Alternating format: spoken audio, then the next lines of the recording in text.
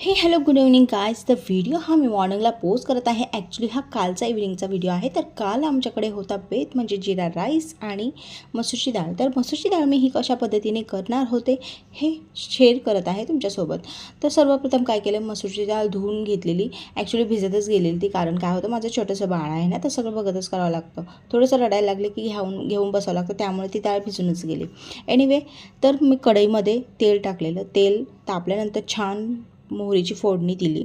तडतडल्यानंतर जिरा टाकला थोडासा. आता जिरा थोडासाच टाकला, कारण जिरा राईस हा होता. तर जिरा राईस म्हटल्यानंतर भातामध्ये हा जिरा आला, सो त्यामुळे कमी टाकलेला. आणि जे काही वाटलेलं होतं आपण, हिरवी मिरची, लसूण आणि अद्रक याचं जे काही वाटण आहे ते छान परतून घेतलं. ते परतून घेतल्यानंतर चॉप केलेले बारीक बारीकचे टोमॅटो टाकले, ते देखील परतून घेतले. आणि ते सॉफ्ट होण्यासाठी हे मीठ टाकलं.